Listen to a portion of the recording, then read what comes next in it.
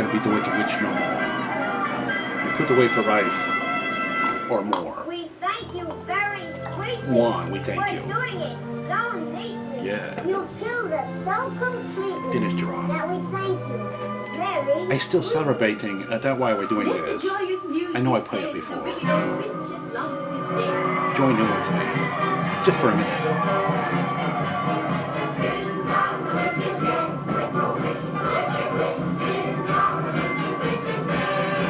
Alright everybody, Mikey Kung Pao here, and of course we're here to do a video on that incredibly disgusting and nauseating interview that Jodi Arias held right after her guilty verdict. Have you ever heard of an inmate doing that before, right after a guilty verdict? How does she pull so many strings so many times? We had enough of this woman. Anyway, it's not ruining my jovial mood because I know she's never going to see the rights of freedom ever again. And we know the jury do the right thing. They're going to do the right thing in the penalty phase too. So what we got going tonight, the first thing I want to tell you is I have to use my notes a lot tonight because there are a lot of stuff that we're going to go over, and you know, I have kind of a foggy memory. Ever have a foggy memory? Anyway, before we get into the serious stuff though, I want to spread the joy to you of knowing that Jodi will never see freedom again by sharing a few lines of a song that I wrote earlier today. I just started jotting, something came out of my head. But I decided to use a special guest to do that, and we're going to bring the special guest on now, recorded from earlier today. Then we'll be right back. Hello everybody, I filmed this clip earlier in the day today, and I want to introduce to you a new guest star. You know how I introduced all my pets and animals and everything to you? Well, this is somebody I know really well. Oh, actually, my daughter. No wonder I know her well. Her name Belle Soprano. Okay, that's her screen name, all right. Anyway, she sang like about 1,000,000 times better than Jodi, and better than me. So I was sitting around doodling today, and I said to myself, maybe I can do some lyrics to this song that's stuck in my head from when I was a kid. I went to this movie. My parent dragged me off to this movie called The Sound of Music. It was a 4-star film, but when you're a 10-year-old boy, that's about the most boring film you can imagine. So I was sitting there, and I remember there was a big river in the back of the big fancy house. And that big river, I was thinking to myself, I could catch fish in that river. I was kind of obsessed with fishing, so that was the only part interesting to me. But the nasty thing, thanks a lot, Mom and Dad. Oh, happy Mother's Day, Mom. You passed along already. But anyway, the song's still stuck in my head all these years, some of the song from that film, and sometimes it goes through my head over and over, and I want to get it out of there. You know how that happened, you know. And anyway, I put down a couple of lyrics to one of the verses of one of them songs called My Favorite Things. And Belle Soprano here going to help me out, and she's going to sing that for us. And I think it'd be a real treat. And then some other time we come back, and she'll give a full singing lesson to Jodi for her doing all her competition in jail for the next 87 years. Okay? So here you go, Belle Soprano. Let me cue up the music real quick, and we'll check this out, see what you think.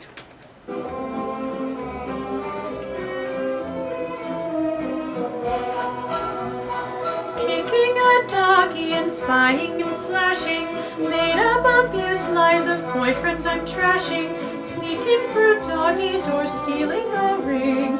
These are a few of my favorite things. If the jury finds me guilty and I'm feeling sad, I simply remember to tell some more lies, and then I don't feel so bad.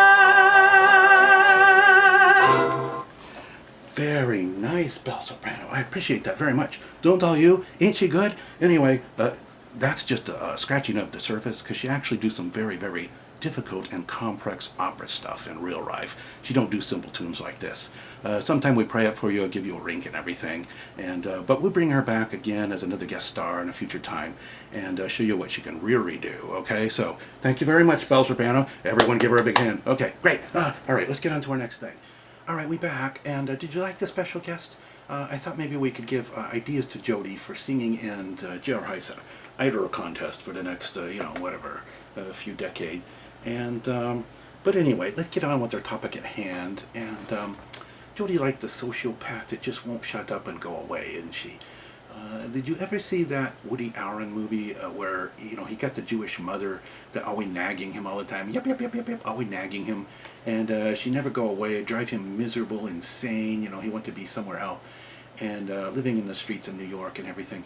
And even when he was an adult, she always bugging him. Why are you dating that woman? And she not Jewish. And why are you doing this? Why are you doing that? Why are you eating that food? Bad for your digestion. Why aren't you wearing your coat? Anyway, the mother eventually died, right?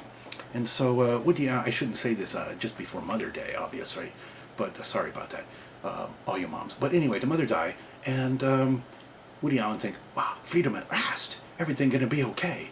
And now I have my freedom, not get nagged no more. But what happened? Just like Jodi Arias and a bad penny turning up over and over when they shouldn't be there, the mother come back and hovering around him in the crowds and things. First he start hearing her voice, it's like the voice of him mom, showing up, just always showing up, and then he go outside, and what happened when he get outside? She up in the crowds, like floating around, floating around behind him and everything, like it. So this is like Jodi Arias, she just won't disappear.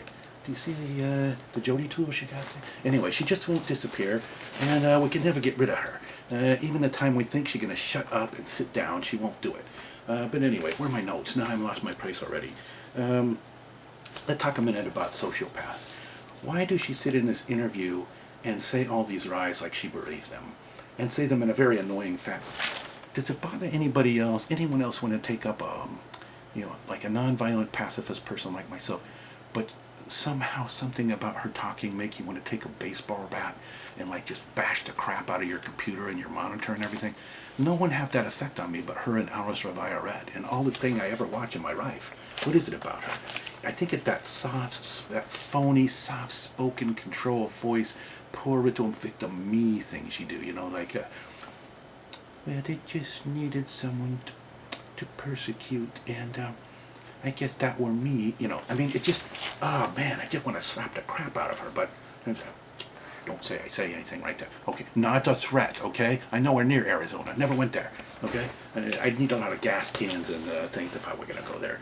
Anyway, the sociopaths, they, like I said in the vlog comment the other night, they believe their own lies, even though they know the lies don't match the facts or anything. Jodi knows that she filled up the gas cans to go murder Travis.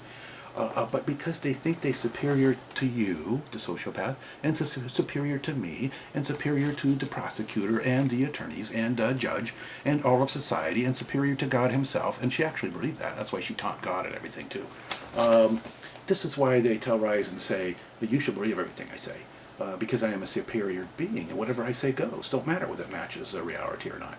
If I tell you that there's a polka dot sky, I'm going to be enraged at you if you don't believe it. I don't care you looking up there and say it, brew. Okay? I don't tell lies. So anyway, that's how they think, and so that way they believe their lies, and that way they're so sincere and sit there with that pity. She sit there with that self-pity martyr thing on her face that drive us all insane, I'm sure. Anyway, let's move on before I bore you to death. Okay, so now we got the guy doing the interview, and here what I want to tell you about this reporter, Troy. Okay. Okay, can I be honest? Okay, see this thing? That a vampire bat, okay? Little vampire bat. Here what I think about some media types, okay? This Troy, he a self-promoting jerk, can I say that? If you've seen the newscast, he must have said like 800 times, only I got this interview with Jodi Arias, only I spoke to her after the guilty verdict. And I'm thinking to myself, okay, so you got the scoop, right? But we're selling your soul to do it. The problem is, Troy, you were hanging upside down like this, and the blood went to your head, like when Jodi was standing on her head. And so you thought that was a really great thing you done by doing that interview. But hear what I say about it. First of all, you are a neighborer of Jodi's rise because you bought right into all of them as if you didn't even, like you breathed them, And secondly, in all her manipulation, she was using you, dancing you on a string. Where my little thing? She was dancing you on her little strings, okay? So Troy, I don't have a lot of respect for you. What did I drop? I hope it wasn't nothing important. Anyway, you put her in, okay, you gave her the 3 things she really wanted. In spite of her protestations that she not looking for the LimeLight and everything, and one were wrong about that, that's exactly what she were looking for. She wanted to deflect everything off the guilty verdict and Travis' family finally getting justice. Get it all back on the poor little victim, Jodi. Poor little victim of doing 29 stabbing and a throat slashing. Anyway, you gave her the three most things that are important to her. I'm talking too fast. Three most important things, and what those be. The first thing you give her is the spotlight, okay, once again. And of course you brought her makeup. And of course makeup much more important to Jodi than just about anything in the world, you know. She'd rather have makeup than all the gold in Fort Knox, I think. You brought her that, and you let her buy into that whole thing.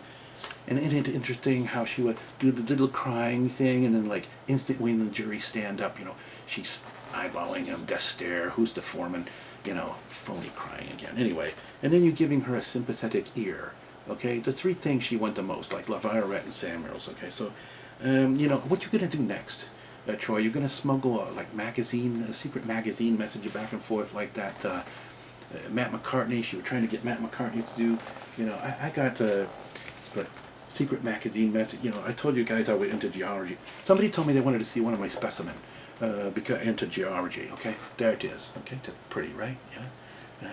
A pretty specimen right there. Anyway, off topic, sorry.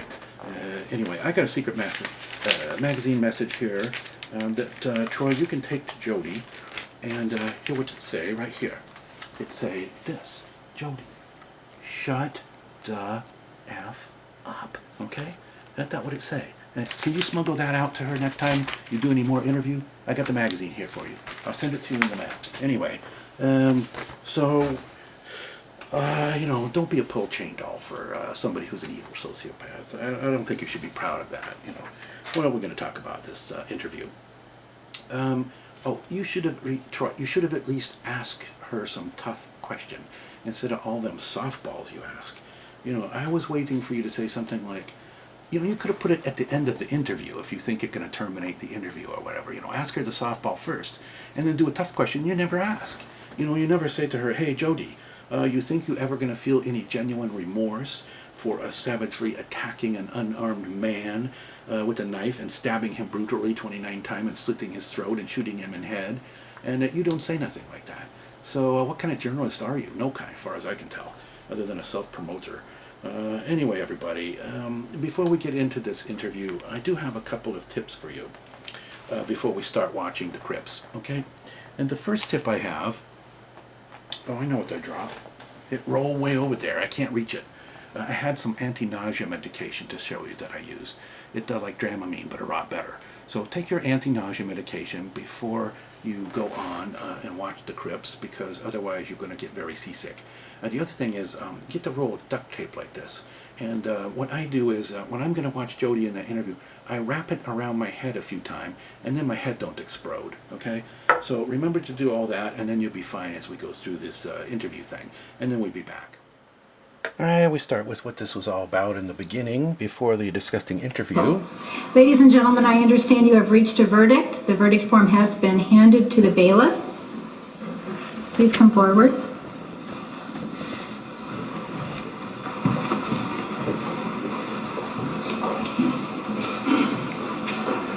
She thinks she's going to get off here. No expression. She's absolutely sure they're not going to find her guilty. That's how arrogant she is.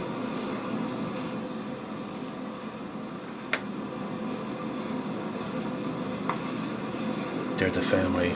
They've held up so well through this whole thing. I have so much respect. Look at them anticipating. Look at the emotion. 4 months, 4 years waiting patiently for justice at last.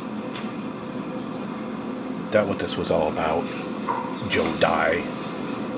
Not about you. About justice for Travis. The clerk will read and record the verdict. The State of Arizona versus Jodi Arias, verdict, count 1. We, the jury, duly impaneled and sworn, in the above entitled action, upon our oaths, do find the defendant as to count 1, first-degree murder, guilty. 5 jurors find premeditated, 0 find felony murder, 7 find both premeditated and felony. Signed, 4-person. Is this your true verdict, so say you want it all? Yeah, they read each one of Juror them. number 12, is this your true verdict? Yes. Juror number 13, is this your true verdict? Yes. Juror number 4. She's going with that noise outside. You know, in her interview, she had the gall to say, kind of an even split, you know, maybe a few more people against me than for me, you know. Actually, Jodi, the only people for you are Alice Violet and Samuels and Circe and that big TheDonovanCreature and Satan. Everyone else think that you should be held guilty and held responsible for your crime. 16, is this your true verdict? Yes. Juror number 16, is this your true verdict? Yes. Juror number 18, is this your true verdict? And then the admonition continues to apply. Do not speak about this case. Do not view any media about this case. Okay, the judge said they're going to keep going tomorrow, but she don't know Jodi going to pull the usual shenanigan. But I want to show everybody the family and how they respond. This actually bring me to tears, the only thing in the whole trial that did. So I just got to show you for a minute. Versus Jodi Arias, verdict, count 1. We, the jury, duly impaneled and sworn, and the above entitled action, upon our oaths, do find the defendant as to count 1, first-degree murder, guilty. 5 jurors find premeditated, 0 find felony murder, 7 find both premeditated and felony. Signed, 4 persons. Is this your true verdict, so say you want it all? Ladies and gentlemen, the clerk is now going to ask each of you a question. Please answer yes. That poor guy had his emotions all bottled up for all these months, listening to all them horrible lies Jodi tell. So I wanted to start my clips tonight with this very serious business, and then we get on to things, and we'll talk about how ridiculous Jodi is in a more right-hearted vein. But you know, we had to do this because it was really all about. She tried to steal the LimeLight with her interview. It don't work. This is what we all going to remember: justice. And all these family members. God, man, it moved me to tear again when I look at it, actually. Juror number 3, is this your true The verdict? emotional moment for this whole Juror number 4, thing. is this your true verdict? Chris, who you back there? Juror number 6, is this your true verdict? Yes. Juror number 7, is this your true verdict? Just what we're all going to remember from this trial. Justice at last. Justice for Travis and his family. All right, let's launch into the poor little me, sad victim face, Jodi, I'm so abused, the stuff that's so nauseating, and see what happened in this interview. Was it unexpected, do you think, this verdict? It was unexpected for me, yes, because there was no premeditation on my part. I can see how things look that way. No premeditation other than the driving 90 miles to get the rental car so no one see me at home, and getting the white car instead of the red car, and changing my hair color from blonde to brown, and getting the gas cans and calling in advance and stealing my grandparents' gun and turning off my cell phone, taking my license plates off, and a few dozen things like that. Other than that, no premeditation at all. So anyway, let's see what the...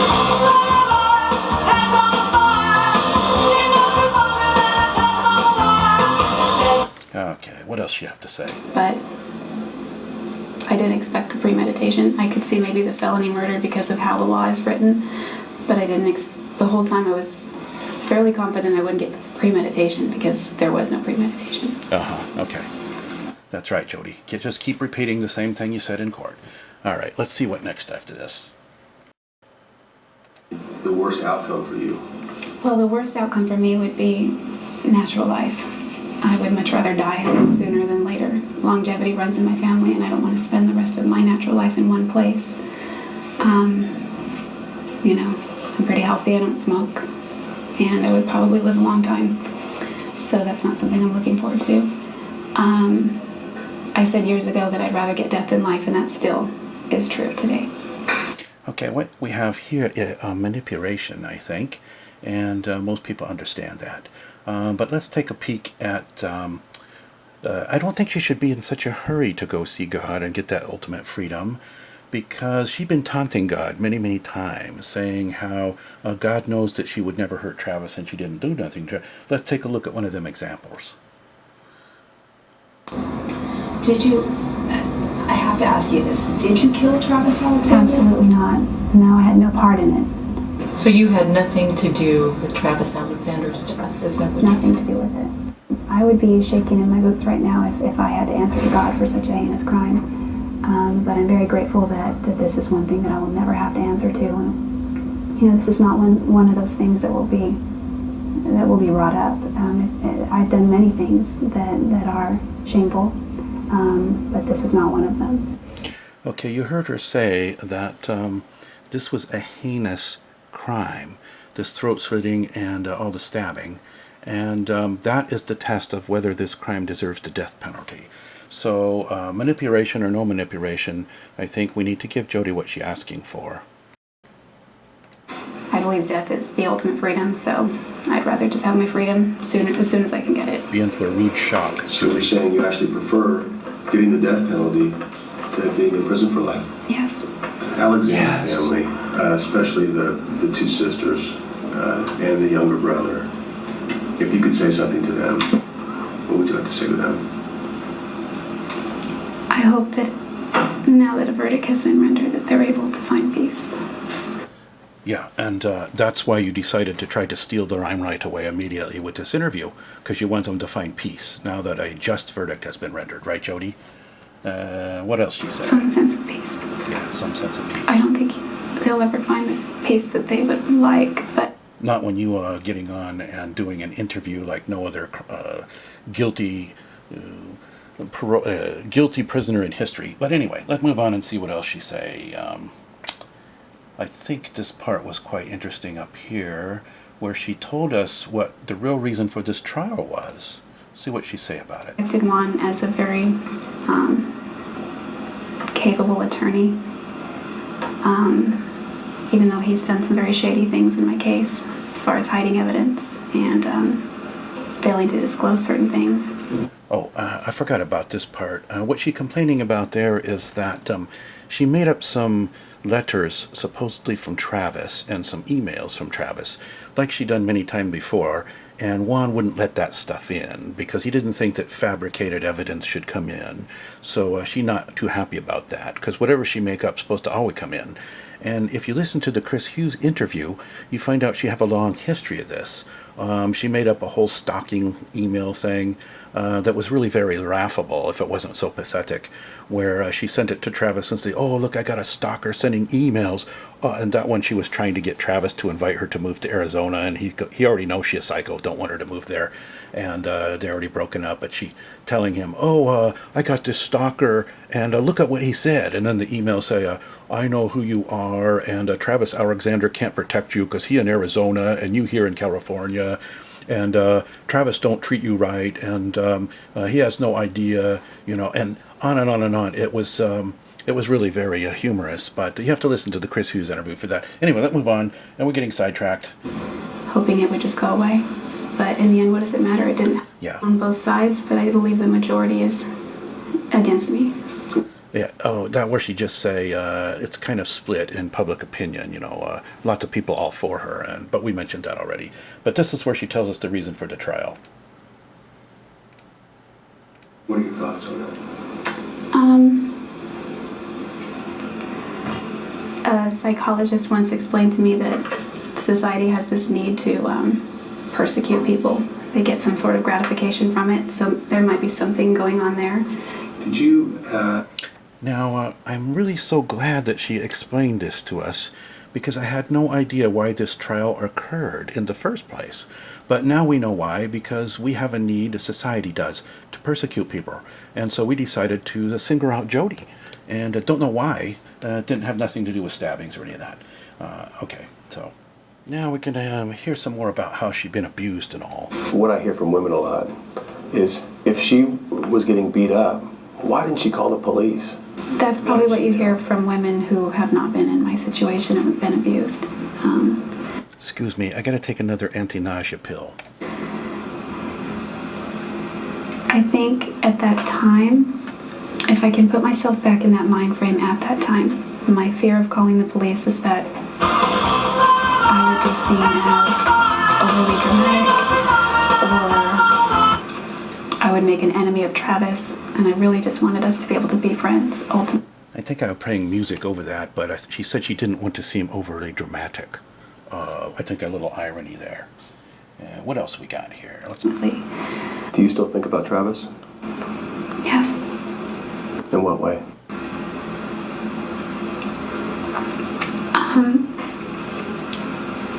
There's a lot of regret because I was really hoping to get a plea and avoid talking about all of the things that came out about him. Okay, you know what I'm talking about. Here she's saying it's Juan Martinez's fault that she had to make up all them stories and tell all them lies because, you know, he was supposed to give her a slap on the wrist and let her go after the 29 stabbing in the throat, sitting in the gunshot. And because he didn't, she had to do all that stuff to edify him, you know, make up stuff about pedophilia and everything. All right, let's move on. If we had been able to avoid trial, we could have avoided just the murkier aspects of his life that he kept hidden. And these aren't just things that came from my mouth. They're his own words, his own emails, his own text messages. You know, we're going to delve into this some. And before I let her finish, she's going to go on to say that Travis was fantasizing about 12-year-old girls. But I want to show you a crip. Well, actually, first, we're going to talk about the tangled web that she weave from this crip that you'll all recognize. House in town, buying your wife a lot of fine clothes, a couple of business trips to New York a year, maybe once in a while. If it'd be possible for you to give me papers. All right, sir. Okay. Now Jimmy Stewart figuring out who he's dealing with. Jodi Arias on the other end of that handshake. No, wait a minute here. Wait a minute. I don't need 24 hours. I don't have to talk to anybody. I know right now. And the answer's no. Doggone it. You sit around here and you spin your little webs and you think the whole world revolves around you. Rise, yeah. Mr. Potter. In the whole vast configuration of things, I'd say you were nothing but a scurvy little spider. And that goes for you, too. Yeah, it goes for you, too, Nermi and Wilmot and Alice Raviolette and Samuels. Okay, scurvy little spider. Anyway, she weaving her tangled web. Now, she's going to talk about the pedophilia, and we're going to pause here for a moment, because this is so important. I want everybody to get this and understand who didn't follow this trial all along. Jodi Arias made up the entire pedophilia story, and even the part where they have Travis saying on tape, "You sound like a 12-year-old girl having her first orgasm." You hear those words and you think, hey, that guy's sick. But when you find out where that's coming from, it all came from Jodi. That were her fantasy. That were her thing. She were doing that with the former boyfriend, Bobby Juarez, whatever his name was, doing the girl, the little schoolgirl thing, the little schoolgirl voice. And we're going to see a clip here from Kawaii Skeptic put this up. Very, very excellent. Go see Kawaii Skeptic stuff because it's very good. And this is a reminder from when Jodi were on the stand of who it was that came up with this whole pedophilia in the first place. And it was Jodi. It was Jodi who set up this phone sex tape secretly and taped it without Travis' knowledge. It was Jodi who set up and said, "This is how I want you to talk to me. Watch this and you'll see what I'm talking about." This is you sending him this text message, right? Yes, And this was part of the relationship that you had with him, right? that's right. There was a sexual component to it, wasn't it? Yes, And it was always a component that you partook of as much as he did, right? yes, And in it you say, if you're a lucky boy and you promise to give me a good, well-deserved spanking, and then there's a period there, right? yes, That Jodi. And then you also say, maybe you could give my ass a too much needed pounding too. Kidding, correct? yes. It's so debasing. It's so debasing every time you talk, Nermi. I like it. Yeah, you do. You start out by saying, oh my gosh, this is so freaking hot, I want to lick it up, and then sit on it, you are so tasty, my goodness, correct? Yes, You were talking about his penis, right? yes, he sent me a photo of it. And it appears he did send you a photograph, correct? Yes, You were not offended by him sending you a photograph, correct? no, Even though we had a photograph here that was introduced, it was the same sort of photograph as the one that was introduced at trial, right? yes, Nothing different than the one that was here that was introduced. In other words, it was his penis and whatever was happening with it, correct? in that regard, nothing was different. LOL. Look like she in fact, LOL right now. he then Yeah. said, I'm glad you like it, right? Yes, And then you said, oh yes, I want to fuck you like a dirty, horny little schoolgirl, right? yes, That were Jodi's words. So we're going to pause there for a second and look at that S-eating grin on her face, duping the right. And we're going to remember that she set that whole pedophile thing up to secretly tape. It were her thing all along. She did it with former boyfriends, and she did it in this case. And that where it all came from. She the one that dragged Travis down into the mud pit, and all he did was pray along in her tangled web that she were weaving for him. So the schoolgirl issue here in this conversation is being brought up by you, not by him, right? That's right. And in fact, this issue about the schoolgirl that may have been presented as part of the conversation on May 10th of 2008, well, you were enjoying it too, weren't you? I don't think we said schoolgirl on the tape. Pardon? I don't think I said schoolgirl on the tape. No, I know we're wearing red socks that day, not white socks. You like dressing up like a horny little schoolgirl, for lack of a better term, right? Well, I think I said on direct I didn't have a schoolgirl outfit, but it was kind of, that was the Not technically, but that's what I do. You did enjoy dressing up for him, right? Yes. And you enjoyed at least indicating here in February of 2008 that it had to do with looking like a little schoolgirl, correct? I guess so, yeah. Well, no, you keep saying you guess so, but isn't that what you wrote? No, I didn't say look in that text message. Pardon? You said looking like, and I don't see that in the text All message. right, so, okay, let's read it. I want to fuck you like a dirty, horny little schoolgirl. So that implies that you are dressed up in a certain fashion, right? Her words, by the way. Let's remember, those were her words, not Travis. Yes. And it also implies that, or indicates that it's you that's the person that likes this sort of activity and looking like a horny little schoolgirl, right? Yes. Very good cross by Juan. Although we heard previously some talk about braids and that it was only him that wanted that. It was a consensual, mutual relationship, all Jodi all sexually along. speaking, wasn't it? Yes, always. Yeah, that's right. It was a consensual, mutual relationship, sexually speaking, wasn't it? Yes, always. Yes, always is right. And then she tried to play the victim. You know, isn't that amazing? Now listen to what she say. That's such a lie. The activities that he was up to, photographs that show that as well. You mean the photographs you were taking, Jodi? Is that what you're talking about? We remember those. None of that ever would have come to light. It would have just been forgotten, and If he would only- be memorialized as not perfect by any means, but somebody who was known to adhere to his morals and was edified by me when I stabbed him 29 times and slit his throat. We know what you're saying, Jodi. One more anti-nausea medication pill, and then I'll be okay. principles that he espoused. But now the curtain has been drawn, and you can see the hypocrisy and everything that was there, and I regret that, because I know that even though he was living the life of a hypocrite, that's not how he wanted to be perceived, and I think inside he really didn't want to live that kind of life. No, but you were dragging him down to it with every opportunity, something he had never done before, with the whole schoolgirl fantasy and the Spideys and the, KY Jerry and the anal sex and all the other things that you prompt him to try to get him into your web. There were some parts of your story that were definitely backed up by emails and texts and phone conversations and things like that. Actually, Chris Hughes, or Troy, or whatever hell your name is, there was none of her story that was backed up. So why don't you learn something about the trial if you're going to get on and do this interview? And by the way, why did you ask all softball questions?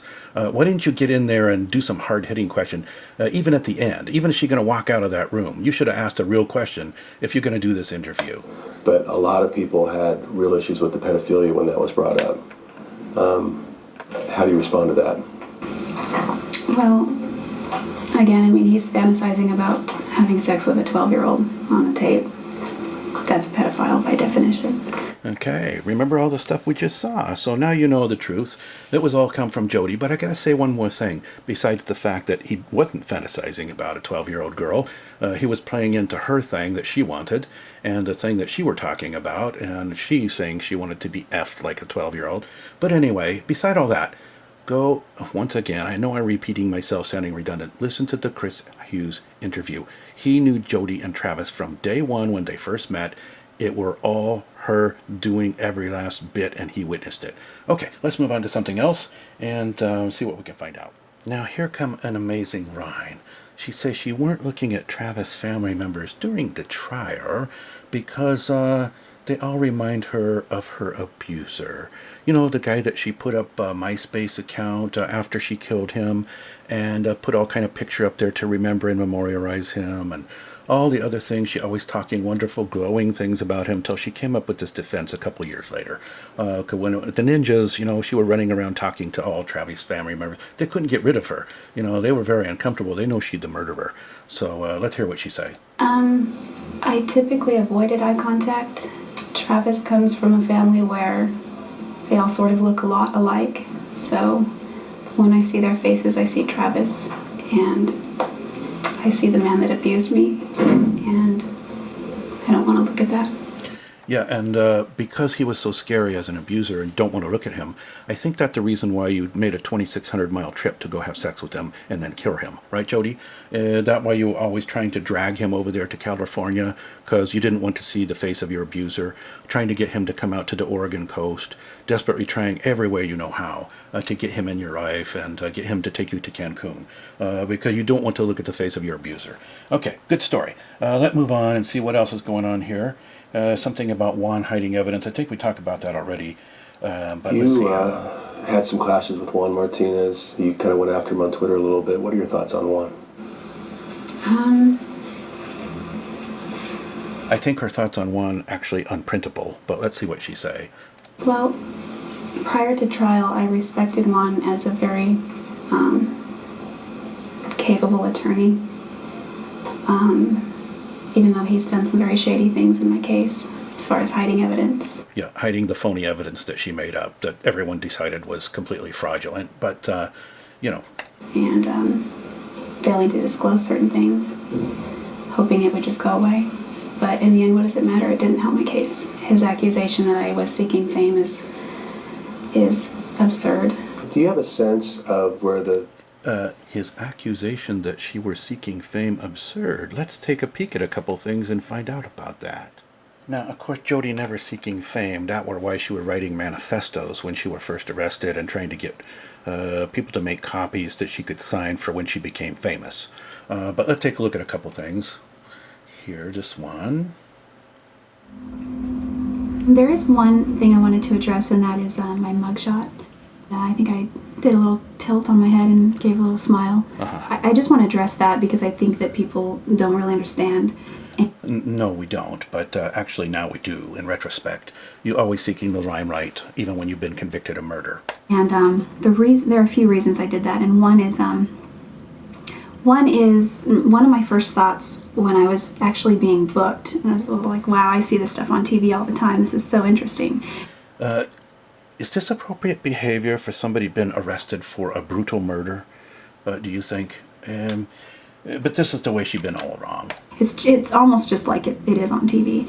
And I thought to myself, you know, what would Travis do if he were in this situation? This is why I'm here. And, you know, barring the fact that he would likely not get himself into such circumstances. Wait, I thought that was the guy you could never think about, or think about his face or anything. Oh, that's right, this is when it was still the ninja story. So you're still able to think about Travis and his face, he's not the abuser yet, okay. He would be smiling. He would be like, hey, you know, he would just flash this grin that he always does. And so there was part of that, and then also part of the fact that I knew it would be all over the internet, so why not? And then there was also the fact that I know that I'm innocent, and even though this is a very serious thing to be charged with, there's no reason for me to be sad, because I know that I'd never hurt Travis. No, and, not at all. There's no reason to be upset over this in my mind.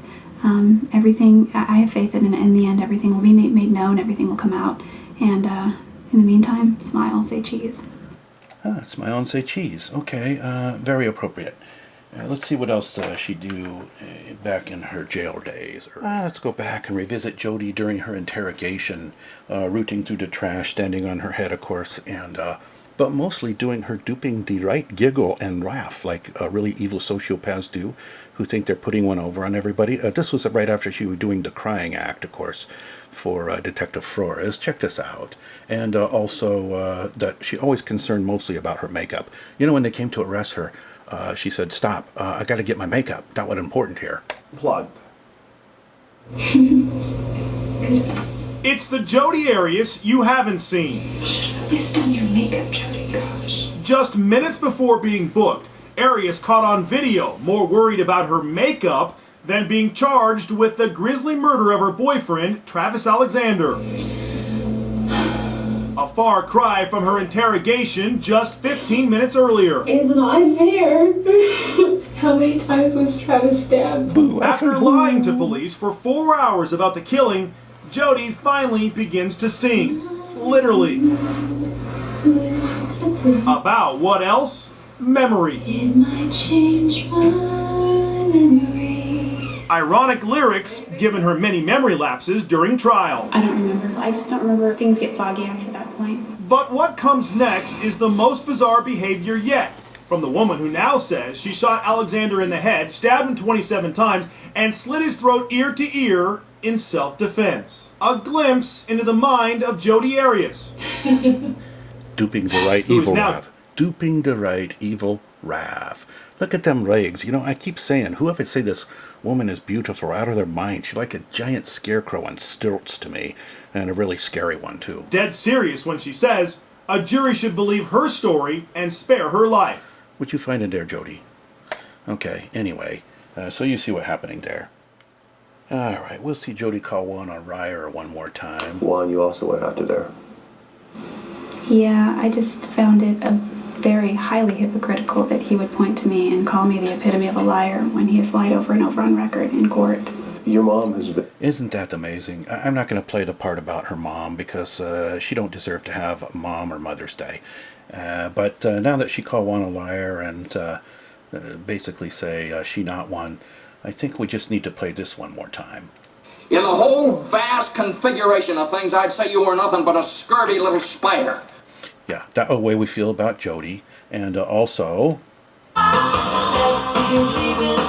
Liar, liar, pants on fire. Didn't have that queued up right. Anyway, let's move on to our comment and then we'll be done. Oh, sorry, I had one more thing I had to discuss for a second before we leave the computer crypts. Remember Alice for Violet, the most hideous witness on earth and a disgrace to her profession. And we were wondering, now that she has disgraced herself so badly, what's she going to do next in life?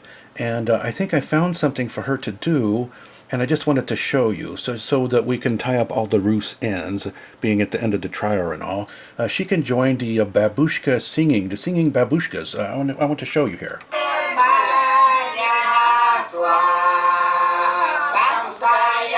That her back there. There she is. See the hair? Yeah.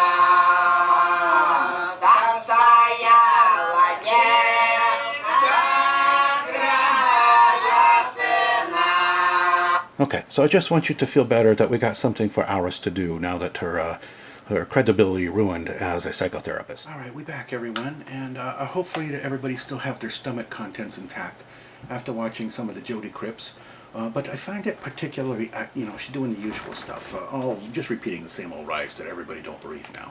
And nobody out there believes you, Jodi. Anyway, I find it particularly ironic that she's saying she's not trying to get the rhyme right, not trying to get attention on herself. And did you find that really humorous?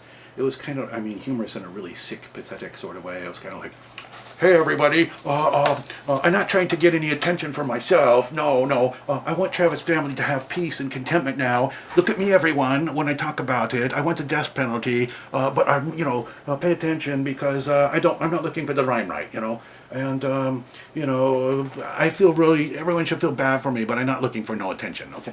On and on and on and on like that. It's really sad and pathetic, and nobody buying into it. And, the other thing was, what that? We're getting a message. We're getting a message from the cosmos. Hold on a minute. I gotta check my computer. I have it tuned into a cosmological station looking for alien transmission. Hold on. We'll find it. Jodi and Arias spokesman for the Alien Galactic Council of Satanic Evil, because evil is designed to be spread using subtle and secret means. You stand accused of open, shameless manipulation, obvious lies, and self-promotion, which makes your evil far too obvious to all. We have convened an emergency council to judge your actions, and we unanimously find you are guilty of crimes against the cause of evil. You are an embarrassment to the evil cause. Even the satanic forces of darkness and evil disavow you.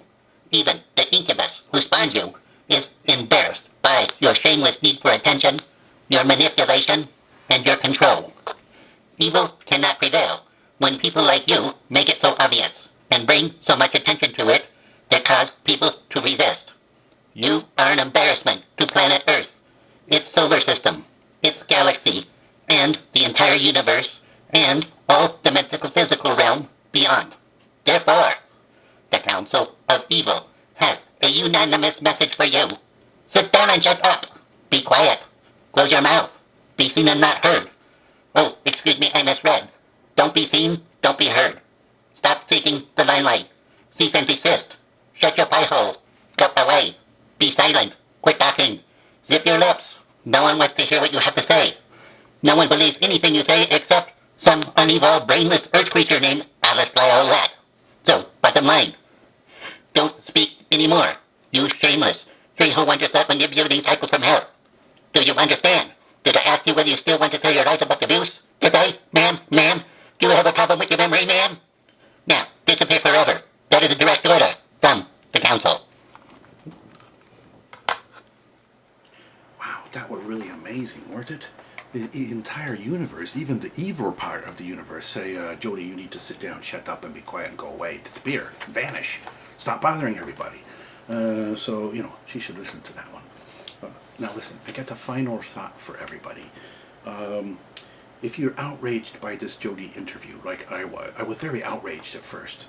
But don't let your joy be taken away in any way, because justice being done, and being done well by the jury, and by Juan, by everybody else.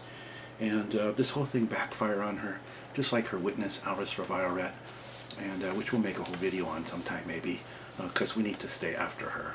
She an evil force in the world. But anyway, here's a little, if you're really bothered by this whole interview business, here's a little secret that I think some of us are figuring out. It didn't occur to me at first. I was just outraged like you.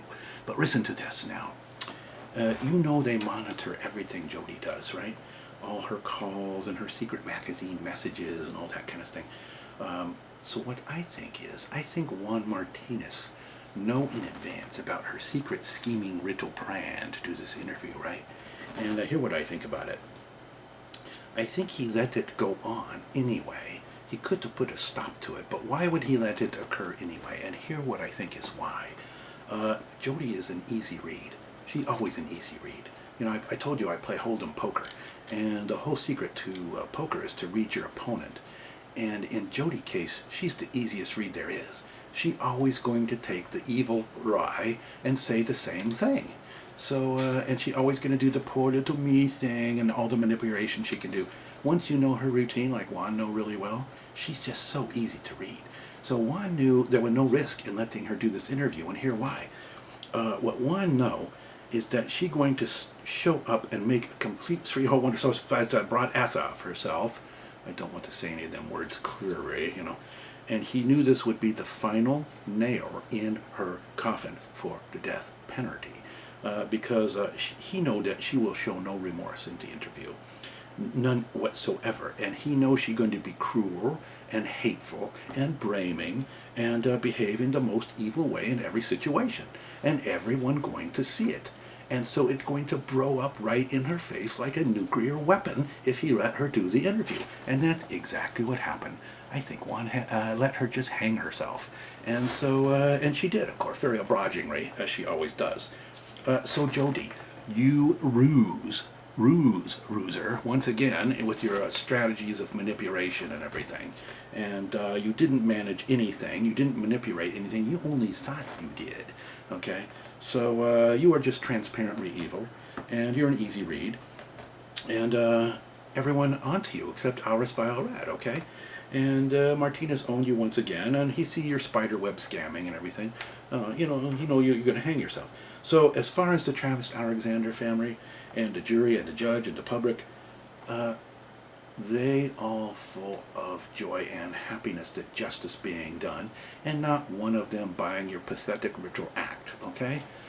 So go away forever and leave us all alone from now on. You know, let's get on with the trial and the sentencing, and then don't want to hear from you no more, all right? That's how the public feel. You think the public divided. It's not divided, okay? You got a tiny little number of sociopath psychos like you who grum onto you looking for an identity. That's all you got, okay? So everybody else know what you're about. And so for everybody else out there, I hope you enjoyed this video. I'm not going to come around for a while. Maybe a vlog this next week or something, but I got to be quiet for a while. Mrs. Mikey Kung Pao tired of me spending all this time doing it, and you know, tomorrow Mother Day and everything. So for all you moms, happy Mother Day. These are kind of wilted, but I'm going to put fresh, very wilted. I'm going to put fresh ones in tomorrow for Mother Day and do things like that. And for everybody else out there, you know what my advice can to be, but I've got to, you know, just do a little bit more celebrating here.